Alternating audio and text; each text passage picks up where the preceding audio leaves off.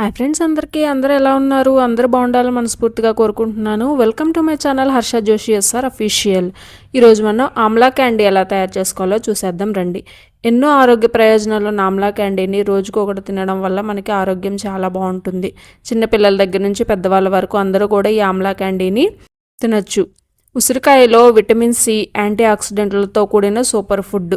ఇది రోగనిరోధక శక్తిని పెంచి జలుబు దగ్గు నుండి రక్షిస్తుంది. జీర్ణక్రియను మెరుగుపరచడం, చర్మ జుట్టు ఆరోగ్యాన్ని పెంచడం, మధుమేహాన్ని నియంత్రించడం మరియు కంటి చూపును మెరుగుపరచడంలో సహాయపడుతుంది. నిత్యం ఉసిరి తీసుకోవడం వలన బరువు తగ్గుతారు. గుండె, కాలేయం, మూత్రపిండాల పనితీరు కూడా మెరుగుపడుతుంది. ఫస్ట్ నేను కొన్ని ఉసిరికాయలు తీసుకున్నాను ఫ్రెండ్స్. ఎక్కువ క్వాంటిటీ అయితే తీసుకోలేదు, తక్కువ క్వాంటిటీలోనే తీసుకున్నాను. అవి శుభ్రంగా కడిగి నేను ఇంకా ఇడ్లీ పాత్రలో ఇలా అయితే ఆవిరి మీద అయితే ఉడికించుకున్నాను. చూడండి, మీరు చాకు పెట్టి చెక్ చేసుకుంటే ఇట్లా అయితే మనకి ఉడికినట్టు తెలుస్తుంది అనమాట. ఇంకా మరీ ఎక్కువసేపు అయితే మీరు ఆవిరి మీద ఉడికించొద్దు. ఒక 15 మినిట్స్ అయితే సరిపోతుంది ఫ్రెండ్స్. ఇంకా వాటిల్లో గింజ తీసేసి ఇంకా వాటిని మనం మిక్సీ అయితే పట్టేసుకుందాము. మెత్తగా ఫైన్ పేస్ట్ లాగా అయితే చేసేసుకుందాము. ఆ పేస్ట్ని ఒక ప్యాన్ పెట్టుకొని ఆ ప్యాన్లో అయితే వేసేసుకున్నాను ఫ్రెండ్స్. ఆ పేస్ట్ని అయితే ఇప్పుడు ఆ పేస్ట్ని ఇంకెలా ఒక కప్పు బెల్లంతో అయితే కలిపి ఇంకా ఇట్లా ఉడికిస్తున్నాను అనమాట.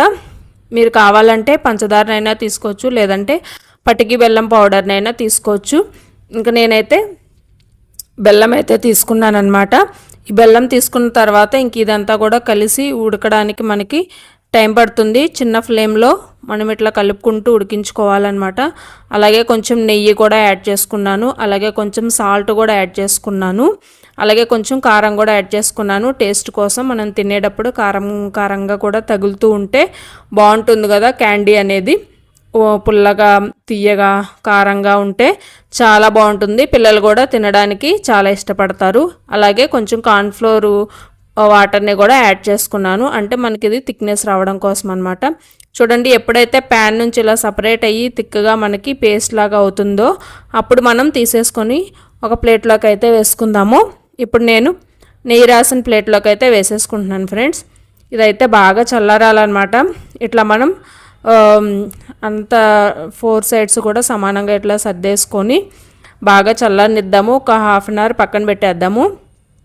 బాగా చల్లారిన తర్వాత అప్పుడైతే మనం పీసెస్ కింద కట్ చేసుకుందాం అన్నమాట. చూడండి, వేరే ప్లేట్లోకి ఇట్లా డిమోల్డ్ చేసుకున్నాను. ఇట్లా అయితే వచ్చేసింది, నీట్గా అంటుకోకుండా బాగా వచ్చిందనమాట ఆమ్లా క్యాండీ అనేది. ఈ వీడియో కనుక మీకు నచ్చినట్లయితే please like, share and subscribe friends. Thank you so much.